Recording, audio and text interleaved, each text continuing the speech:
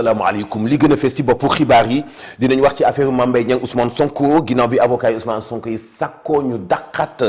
atti bi ba ñaar fukki fan ak ñaar ci weer bi ñu dëgmal dinañ ci dellu saa ci biir xibaar yi ñàkk kaaraange ci ay quartier yu wuute dinañ ci dellu saa ci biir xibaar yi wax itam ci li nga xam ni mooy immigration clandestine ba léegi donte lim bi wàññeeku na mu ngi continuer yokku di ngeen dégg Boubacar Seye njiital Horizon Sans Frontières.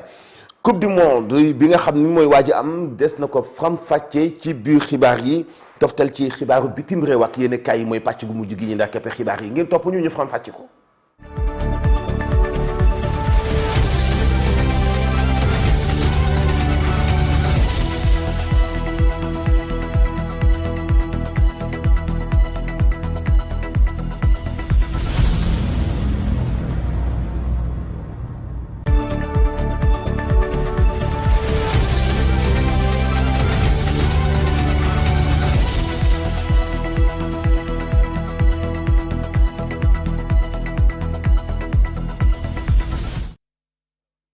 xibaar yi ak immigration clandestine nga xamante ni bi ñu ngi continuer ci def ay xeex yu am solo li ko gën a sabab bokk na ci nag ñu ni changement climatique bi am na impact bu mu ci def bu fekkente ni bi récolte demetul ni mu doon demee am na benn programme bu am solo boo xam ni dañu ko jagleel wàcc wàllu boobale ngir kat mën a créer ay entrepreneurs yu bees yoo xamante ni bii kat ci Afrique de l'Ouest daañu mën a wutal ndaw ñu liggéey am itam taxawaay bu am solo bu ñu taxawee ngir soqali dëndub Afrique bi loolu wundu benn ndaje bu am solo bu ay experts ak i boroomi xam-xam fekke woon fii ci Dakar ñun tam ñu yebaloon fa Sira Béatrice Ndione.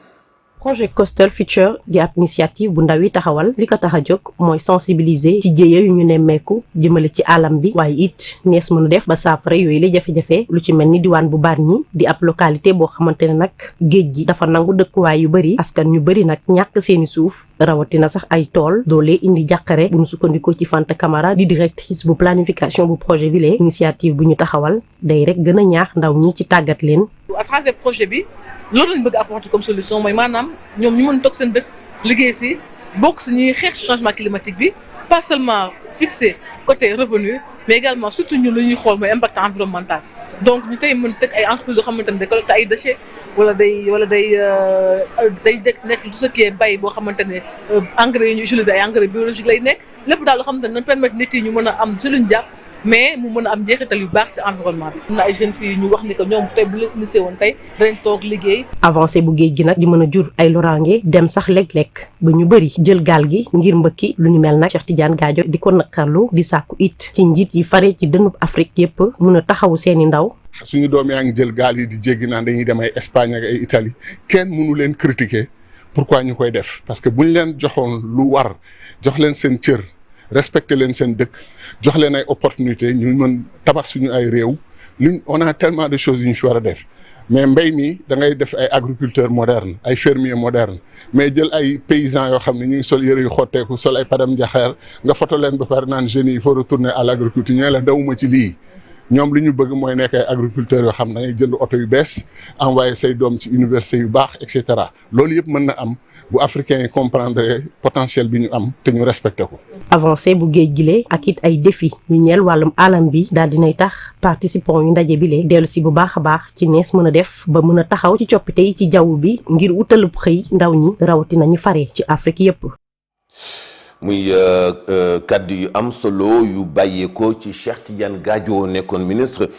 ci xalaat bu am solo lool te xóot kuréel googee di Coastal Future itam bokk na ca ñu fekk woon ndaje ma deuxième vice-président commission développement durable foofee ci assemblée nationale jàpp ni war nañu gën a jàngal ndaw ñi wàllu environnement ngir ñu gën a xemmeem exploitation agricole. te loolee nag Ousmane Ciss la mu jàpp mooy lu munta ñàkk la bu fekkee bëgg nañu ko boole ci li ñuy xeexee wàllu immigration clandestine ñu teewlu ko. wax ne suñu teewaay fii tey dañuy ñëw représenter assemblée nationale mi nga xamante ne mooy ñaareelu institution réew mi waaye en tant que vice-président de la commission du développement durable et de la transition écologique ñu jàpp ne lépp lu ñuy woo ci wàllu alam bi ñun kenn waruñu ci jiitu ndax bi ci njëkk ay ndaw lañu. waaye xam nañu ne alam bi bu amee ay yàqu-yàqu wala ay jafe-jafe ndaw ñi lay gën a touché moo tax bi ñu war moom la ñu def tey bu ñu fi ñëwee waaye aussi ñuy ñaax suñu autorité yi nga xamante ne ñoom ñoo nekk ci pouvoir exécutif bi rawatina ñi nga xamante ne ñoo nekk ci ministère de l'environnement mu yor wàllu alam bi ñu mën a dooleel ñi nga xamante ne ñooy yëngatu ci projet yi ba nga xamante ne la formation ñoom ñu yor volet technique bi dinañ leen ci mën a outiller ba nga xamante ne bu jëree ñu wàcc ba ci daara yu diggu dóom yi ñu wàcc ba ci école élémentaire bu ko defee éducation à la vie environnementale ñu mën a xam ku ci nekk ne résilience boobu day jaaree ci d'abord li nga xamante ne mooy tàggat suñu ndaw yi ci capital humain. ba tey ci wàllu xibaar ñu des ci société nationale de recouvrement SNR daal dinay lancé démb ci àllarba ji benn séminaire stratégie de haut niveau ngir kat xool nu ñu mën di identifier levier de redressement ngir soppi situation financière bu comptable bi nga xam ni mooy bu Sénégal ñu koy wax comptable ak patrimonial. rencontre bu am solo boobee nag nga xam ni jubluwaay bi mooy gën a mën a fëgg bunt yi Sénégal mën a gën a amee xaalis bu mu dooleele koom-koomam jiital SNR Babacar Ndiaye la tudd ñu teewluy kàddoom. dañu dajale fii ay borom xam-xam ñi nga xam ni seen xam-xam dafa màcc ci comptabilité ñii seen xam-xam màcc ci wàllu finance pour ñu waxtaan situation SNR jamono yi ñuy toll ak aussi xool aussi liy jëmale SNR ci kanam ak luy avenir u SNR. loolu nag du guléet ndaxte man bi mu fi doog a ñëw amoon nañu benn daje buñ fi defoon pour lu jëm ci ëllëgu SNR léegi nag dañoo defoon benn li wax benn diagnostic en cours de chemin pour xool SNR situation am lan la réellement ak lan la laaj pour jéem a defar doxalinam ak gën a dëgëral aussi taxawaayam si rôle ba nga xam ne mi ngi koy joué si biir loolu bi experts yi dajee xool nañu ñu ne SNR mën na accomplir au-delà ab mission bu muy accomplir mooy recouvrer des créances publiques mais am na beneen mission nga xam ne SNR mën na ko joué mission boobu mooy fexe aussi créances yi nga xam ni les banques commerciales mooy banques yi nekk si dëkk bi dañ ko am si mu nekk des créances en souffrance yi nga xam ne dañoo jafe recouvrer yooyu mën nañ ko jox SNR. lépp mais pour loolu am il faut que ñu jàppale SNR aussi si wàll yu bëree d'abord dafa am ay dama jàpp ni am na ay mbir yi nga xam ne war nañ ko mën a jàppale lu wàllu jëm si wàllu impôt SNR dafay fay impôt au même titre que les autres sociétés comme yeneen sociétés nu ñu koy fay mais dañuy jàpp ne SNR dëgg la war na fay impôt mais war nañ ko wax dëgg yàlla yombalal si wàllu impôt boobu pour mu mën a gën a accomplir sa mission mooy mu gën a mission biñ ko état bi confié mu mën ko gën a mën a doxalal yaakaar nañu autorités yi daañu dégg suñu appel boobu te daañu si taxaw. Ordre des avocats du Sénégal di contester maanaam ànduñu dañu gis ni ay fan a ngi nii wala ay weer maanaam ci temps yi daal ay cabinet d'avocats étrangers ñëw di implanté wu fii ci Sénégal. te xamuñu ci yenn modalité yenn conditions ak nu ñu leen accepté le seen installation fii donte woon ni rek la mu jàpp moom Afrique yëpp benn la ñu naam muy UEMOA gi waaye war naa am fu ñu sukkandiku ngir kat mën a amal seen camp googu la fii ci Sénégal bu ñu sukkandiku ci communiqué bi nga xamante ni bii juróom-ñeenti fan ci weer bii la ñu ko génne ki ko signé doon le bâtonnier maître Ali Fall daal dinay dénoncé installation anarchique des avocats yi nga xam dañu inscrire ci barreau bi te xamuñu lan moo tax tey sàmmwante wuñu ak liy saxal seen man-manu installé fii ci Sénégal. beneen rebondissement ci dossier Ousmane Sonko Mame Mbaye Niang avocat Ousmane Sonko ñu mujj sàkku ñu dàq àtte ba ñaar fukki fan ak ñaar ci weeru juin bi juillet bi ñu dëkkmal coow laa ngi commencé woon ca ba Mame Mbaye Niang ne Ousmane Sonko dafa yàq deram ba tribunal jël dogal non seulement Ousmane Sonko bokkul ci élection yi ñu ne saxal candidature am waaye Mame Mbaye Niang ni fii ak jaayul kër Ousmane Sonko daal du am jàmm leeral yi ak Mame Soxna Dramé.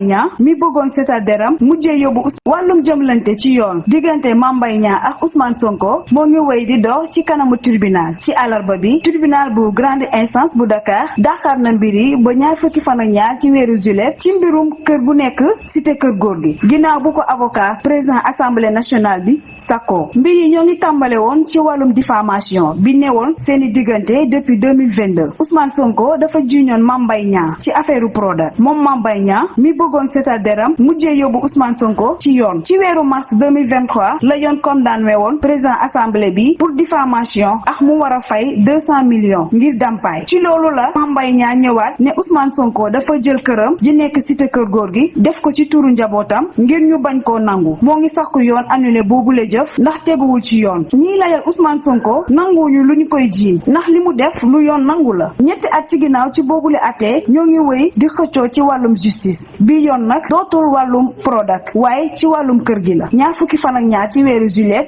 bi ñuy dëgmal ni war na mën a nekk njeexital ci boobule combat. ñu ngi lay jaajëfal moom Soxna Dramé ñu wax ci leneen muy crise économique bi nga xam ni noté nañu ko fii ci Sénégal ndax Sénégal dafay ubbi yeneen fenêtre yu bees ci ay relations ak ay partenariat en tout cas fëgg na buntu diplomatie njiitu réew bu Sénégal amal ay tukki nemmeeku dalal itam ay gan ci Afrique de l'Ouest luy jubluwaay bi ci gën a kantan laatam xar kanamu diplomatie ci Afrique de l'Ouest loolu laa wundu njàngatum Ibrahima Khalil Diémé. réewum Sénégal jamono ji mu ngi gën di gagné ndànk-ndànk confiance ay partenaires bilatéraux yi ci wàllum diplomatie ci Sénégal rawatina ci bitim réew gannaaw ay jamono yu jafe yi nga xamante ne gis nañu ko ci wàllum crise économique fii ci Sénégal réew mi nag mu ngi gagné du terrain naka noone ñu gis ne ci wàllu wi Fonds monétaire international mu ngi jege ci Sénégal ngir rek mën a dàbbaliwaat waxtaan wi nga xamante ne sumboon nañu ko woon ak autorités yi fi nekk FMI nag xamle na ni dina envoyé ab mission fii ci Ndakaaru ci semaine bi ñu dëgmal fukki fan ak juróom ci weeru juin atum 2026 ngir mën a wëyal waxtaan bi ak état bu Sénégal ci wàllum crise financière bi nga xamante ne moom la ñu nemmeeku jamono ji ñu teg ci ay fan njiitu réew Bassirou Diomaye Diakhar Faye dalal fii envoyé spécial bu naataangoam mauritanien ministre bi yor wàllum affaires étrangères ak coopération africaine indi woon ab bataaxal bi jógee ci président Ould Ghazouani bu Mauritanie jégleel ko Bassirou Diomaye Diakhar Faye ci fanweeri fan ci weeru mai bu ñu weesu woon jiitu réew Sénégal demoon na it Gambie daje ak naataangoam di Adama Barrow tukki nemmeeku bii le sax dugg na ci cadre rataxal diggante Gambie ak Sénégal njiitu réew bu république bu Bénin Raymond Wadagni moom it daal di teg tànkam fii ci Sénégal amal fi ab visite d'amitié et de travail waxtaan bi nga xamante ne sumboon na ko woon digganteem ak Bassirou Diomaye Diakhar Faye dugg na ci wàllum renforcement relation bilatérale yi waaye it coopération économique et financière naka noone it ay défis sécuritaires ci espace ouest africain bi ci leneen ci diplomatie bu Sénégal réew mi nag mu ngi gën di wëyal ay jéegoam ci continent africain bi gannaaw Abidjan ak Freetown autorité sénégalais yi ñu ngi mobiliser wu ci candidature bu général Birame Diop mi ñi présenté ci présidence bu commission de la communauté des états de l'Afrique de l'Ouest CEDEAO ñu daal di it def étape fale ca Togo foofee ca Lomé seeti président Faure Gnassingbé Eyadéma Sénégal fa mu teg tànkam moo di defaraat digganteem ak réew yu bari fii ci Afrique ngir mën a garantir stabilité bu Sénégal wante it amaat élan bu bees ngir sàkku départ bu mucc ayib installer confiance ci digganteem ak réew yu bari ñu tënku ko ci cadre respect bu partenariat gagnant-gagnant. ci diggu xolu Ndakaaru muy quartier Point E ay foos yu fees ndox mi jaabaat jonge ci mbedd ma dem ba indil askan wa ñuy dund gu metti lool waa Ageroute waa ONAS ñoom ñëpp seen ay responsabilité fëgg nañu seen ay buntu ba léegi indee guñu solution askan wa di jànkuwanteeg ay jafe-jafe yu metti lool te xaw naa yàgg nag loolu laa wundu reportage Bénédicte Sagnan. ñoo ngi fii ci Point E fii nag xet bu bon bi moo lay teeru ay ndox yu taa dem bi ak dikk bi tagatembe lu ni mel indi ay njàkkare ci askan bi yeewoo ci quartier résidentiel bi. waaw ndox mi moom vraiment sonal nañu trop sonal nañu parce que yàgg na fi. boo xoolee environnement bi école bi élèves yi loolu yëpp ay problème la suñuy génn dafay metti suñuy dugg si dafay metti. loo ko sori xet bu bon bi di la xeeñ askan wi di ñaawlu seeni nekkin. ndox mi moom sonal nañu lool sax mais ren ak léegi bu mu commencé bi ak léegi nii c'est presque 2 mois de cela waaw moo koy constaté ba léegi. am na ñaari xale yu fi pëtëx sax ci parc bi. Ageroute tamit daf ñu tooñ. Ageroute dafa ñëw ñu ne piscine olympique pour Jeux olympiques yi ñu ne dañuy ñëw defar pour tali bi ñu ñëw décaper yu ñuy def pavé yi ñuy defoon seen buntu kër yëpp ñu daji ko léegi xoolal ndox mi dafa dugg biir kër yi yëpp. kii di Lamine Ndour moom it di wax naan. ONAS boo ko woowee mën nga ko woo 3 jours 4 jours ba une semaine doo leen gis bu ñu ñëwee laal quelques minutes 2 minutes 3 minutes 4 minutes dañ ci passé 30 minutes affaire bi stand by ñu dem bu ñu wanee ginnaaw ndox bi ñëwaat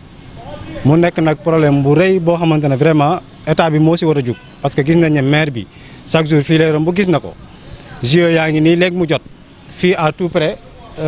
piscine olympique nga xamante ne JO yi foofu lay war a amee kon dafa nekk phénomène boo xamante ne wax dëgg yàlla Dakar foo munti dem ndox yi ngay gis point E bi nag rafetu fi parce que ay service fi nekk yooyu la ñu war a changer complètement pour que lii mu mun a dañ. situation yu metti yi ñuy dund waral askan wi yeewoo ci point E ñooy sàkku ci kilifa yi ñu gestu leen jàppale leen ci ndox mu bon bile te am yaakaar ni kilifa yi dinañ leen dégg te jël ci ay dogal laata muy gën a ñaaw. ñu ngi lay jaajëfal Bénédicte Sagnan ci wàllu bitim réew lu néew fukki nit ak benn dee nañu dañu doon gas or ci façon boo xam ni jaaduwul te du yoon amuñu jumtukaay suuf sa màbb ci seen kaw kilifa yaa ngi jéem a ñëw sax di leen sauver waaye itam amuñu ay jumtukaay yi mu laaj ñi faatu ñu gis leen am na itam ñu nekk ci biir suuf sa gisaguñu leen xamuñu dund na ñoom dee nañu maanaam dañoo disparaître ginnaaw bi ñu annoncé woppi Ebola fële ci RDC ba léegi kilifa yaa ngi continuer di lawal xeex bi muy xeex wopp joojee mu bañ a yaatu ki nga xam ne moo teewal Union européenne mi ci dugal alal ju takku ngir jàppale leen ci xeex woppi Ebola amoon na tukki nemmeeku foofee ngir xool évolution wu xeex ba ñu nekk di xeex wopp joojee dafa gum nañu lu toll ci 170 millions d'euros ci ay jumtukaay yi nga xam ni moom la ñuy xeexee woppi Ebola foofee ci RDC tey ci fajar États-Unis sànni na ay missile foofee ci Iran daal di koy bombardé waaye Iran bàyyiwul mu noyyi ca saasa la ñu daal di riposte ñoom itam daal di song ay base militaire yu Amérique yu nekk ca Bahreïn Jordanie ak Koweït Jordanie moom démb nee na ñuy intercepté nañu lu toll ci 22 missiles yoo xam ne Iran moo leen sànni woon Iran itam dànkaafu na képp ki taxawaalu ci côté détroit d'Hermouz boo fu mu ne jóge mooy li gën ndax commencé nañu seen ay bombardement di riposte jàkkaarloog américains yi ak waa Israël Benyamin Netanyahu moom njiitu gouvernement bu Israël moom la mu wax moo di nii waa Iran nañu am ful lay dàq waa Hezbollah loo ko may dañuy continuer ñoom si département ndax nee nañu xeexuñu ak Liban Hezbollah la ñuy traqué foofee ca suufus Liban en tout cas am nay frappe yoo xam ne def nañu ko ni ki démb waa Israël lu néew rey nañu fa fukki nit ak ñaar fukki simili ak juróom-ñeent toftalu ci juróom-ñetti waxtu ñu ubbi waneen xë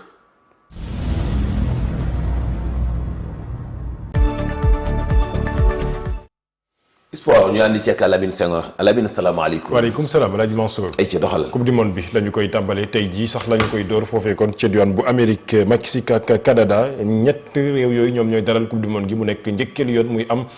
jàppaleen ne kon coupe du monde bi leneen loo xamante ne lu bees la ci muy ñeent fukk ak juróom-ñett ci ay réew ñoo koy daal di jongante ñu def leen nag ci fukk ak ñaari groupe de 4 maanaam groupe bu nekk 4 équipes lañ ca daal di def loolu nag di daanaka lu am solo ci coupe du monde 2026 bi nga xamante ne tey la ñu koy door ñu jël lu suwaate ci groupe yi groupe bu nekk ak équipe yi ci daal di nekk Abdou Sarr.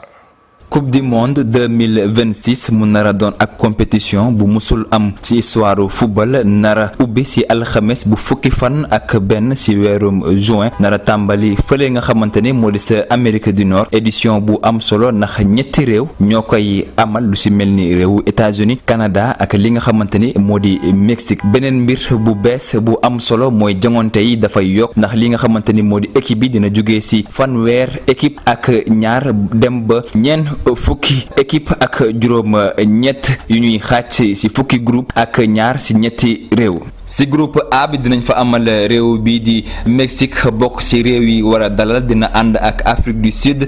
Corée du Sud ak République tchèque li nga xamante ni moo di groupe B bi dinañ fa am li nga xamante ni moo di Canada Bosnie Herzégovine Qatar ak réew Suisse li di Brésil dina bokk groupe C ak Maroc Haïti ak li nga xamante ni moo di Écosse li di Amérique dina jongante ci groupe D ak Paraguay Australie ak réew Turquie li nga xamante ni moo di Allemagne dina bokk ak Côte d'Ivoire Équateur ak ak Curaçao ci groupe E li di Néerlande Japon Tunisie ak Suède ñooy bokk ci groupe F li nga xamante ni moo di groupe G dinañ fa am équipe bu Belgique Iran Égypte ak Nouvelle-Zélande li nga xamante ni moo di Espagne Uruguay Arabie Saoudite ak Cap-Vert ñooy bokk ci groupe H waa Sénégal dinañ bàyyi xel loolu li di groupe I bi ndax dinañ fa jongante ak réewu France ak réewu Norvège ak li nga xamante ni moo di réewu Iran li réewu Argentine mi nga xamante ni moom moo jël coupe du monde bi ñu weesu dina jongante ci groupe J ak Algérie ak réewu Autriche ak Jordan li nga xamante ni moo di Portugal dina jongante ak Colombie ak RD Congo ak Ouzbékistan ci groupe K bi li di Angleterre dina dajeek ak Croatie ak Ghana ak li nga xamante ni moo di réewu Panama ci groupe L bi mu nar a doon ak compétition bu nar a neex. Abdou Sarr jaajëf coupe du monde 2026 bi dañuy daal des Aladji Mansour gannaaw yooyu la ay spécificité nga xamante ne génne nañu ko muy ñeent fukk ak juróom-ñett équipe yi nga xamante dañu ko jongante muy njëkkeelu yoon muy am ci bi ñu taxawalee compétition boobu ba léegi gannaaw loolu it jàppale ne kon cérémonie d'ouverture bi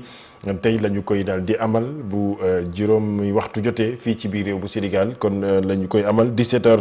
pour ñu ko bëgg a seetaan jàpp leen ne kon ci coupe du monde bu ba léegi FIFA xam ngeen ne hymne national hymne officiel bu coupe du monde gi Shakira moo ko daal di woy ànd ci ak star nigérienne bi la ñuy duppee Burna Boy ñu daal di fas yéene interprété woy bu ñuy duppee Day Day présenté woo naa leen ko fan yële ñu génn woy boobu nag jàpp leen ne kon moom mooy li nga xamante ne moom la ñuy daal di def hymne officiel bu coupe du monde bi ci kanam incha allah la ñu koy door foofu kon ca stade Azteca bu Mexique nga xam ne match d'ouverture bi bu paree kon moo ca daal di tegu Mexique ak Afrique du Sud lay daal di doon ñu fàttali. 2010 Afrique du Sud moo dalaloon coupe du monde bi Shakira moo nekkoon ki nga xamante moom moo interprété woon li nga xam ne moom mooy hymne officiel bu coupe du monde 2010 bi Afrique du Sud moo joué woon match officiel maanaam match d'ouverture bi comme moo organisé woon 2026 Afrique du Sud donte organisé woon coupe du monde bi waaye moom mooy joué match officiel Shakira moom mooy interprété waat li nga xamante ne moom mooy hymne officiel bu coupe du monde bi nga xam ne moom mooy jëm ci 2026 loolu nekk ay maanaam. ñaari morceaux yi mu tëggoon. déedéet du benn bële bi 2010 nu mu tudd Waka Waka. je pense que boobu la jëloon 2010 Waka Waka. mooy woy bi mu doon wax Chamina Mina. ok Waka Waka voilà merci Mohamed jërëjëf Aladji Mansour waaw kay mu ngi noonu. bi mooy bu 2010 bi donc Day Day mooy bi nga xamante ne moom moo xew ci. Waka Waka ok kon boobu mooy bu 2010 bi. ok léegi nag Day Day moom mooy bu 2026 bi. Day Day lu muy tekki moom. c'est vrai que nag jotuma ko xool pour xam exactement qu'est-ce que ça signifie puisque comme ni ma ko waxee saa su nekk voilà mu ngi noonu kon boobu mooy Day Day. waaw dafa weddi Donald Trump. maanaam Donald Trump ni 6 africains yi ak naar yi. moom mu ñëw ci xale africain yu mën a fecc yi dugal leen ci kilibam. waaw xam nga coupe du monde Aladji Mansour pas coupe du monde mais toute compétition internationale. li gën a njëkk cëslaay bi. li gën a njëkk a doon cëslaay bi. mooy unir c'est-à-dire prendre dans le monde entier muy les 5 continents. ku nekk indi li nga xam ne moom mooy équipe bi mu yaakaar ne xëy na mën na ko représenter. ok ñu ñëw ñu boole yooyu yëpp. non seulement dinañu def sport. ngir gën a raffermir les liens entre les nations. et Day Day mooy aller. waaw léegi dinañu ñëwaat encore une fois ci li nga xamante moom moo jëm ci échange de culture. échange de patrimoine yoo xamante ne am nañu ko xam nga bi ñu demee Maroc. da ngay gis parfois sénégalais yi def benn en tout cas doxantu culturel boo xamante dañu koy def. loolu dafay tax waa Maroc embrasser mais xam li nga xam ne mooy la culture sénégalaise donc ce sont des moments forts yoo xamante ne. réew yi dañuy daje au-delà du sport mais échange la rencontre la. yoo xamante ne dañu koy def moo tax à chaque fois bu hymne officiel bi di dem forcément di nga gis li nga xamante moom mooy inclusion boobu maanaam ñëpp ñu boole leen ci li nga xam ne moom mooy jëm ci hymne officiel bi. ça c'est important moo tax nga gis ci woy boobu. ñi nga xamante ne ñoom ñooy africains déjà l'un est africain. le Nigérian donc je pense que loolu message la boo xamante ne dañu koy. bu am solo la en tout cas bari na loolu ay xale africain yoo xam ni dugal nañu leen ci clip bi officiel bi mu doon lu am solo ah. wuuteeg Bodi Kanté bi nga xam ni mu ngi commencé feeñ ci mondial yi xëy na fii ak kañ lay démarrer ak mondial yi. tey jii ca Mexique incha allah Mexique day commencé incha allah. incha allah ñetti réew ñoo koy dalloo Mexique Canada ak Donald Trump yàlla ñu teel a toog seen équipe boobu noonu alamin Donald Trump lu ko neex lay def. am nañu équipe de. am nañu équipe de am nañu équipe de am nañu équipe de. waaw football moom dafa évoluer léegi waaye teewul nag bëri bu keeg mbaam moom yàgg-yàgg rek mbaamee féete suuf voilà maa ngi lay jaajëfal bu baax alamin mbokk yi ñu ñëw ak yéen jàngatal leen li gën a fës ci bopp yéenekaay yi dañu koy doore ci Solo Quotidien la mu wax mooy Ousmane Sonko Mame Mbaye Niang feuilleton judiciaire boo xam ne du jeex sans fin moom la yéenekaay bi wax ni avocat yi Ousmane Sonko yi sàkkuwaat nañu ngir ñu dàq xoolaat gi ba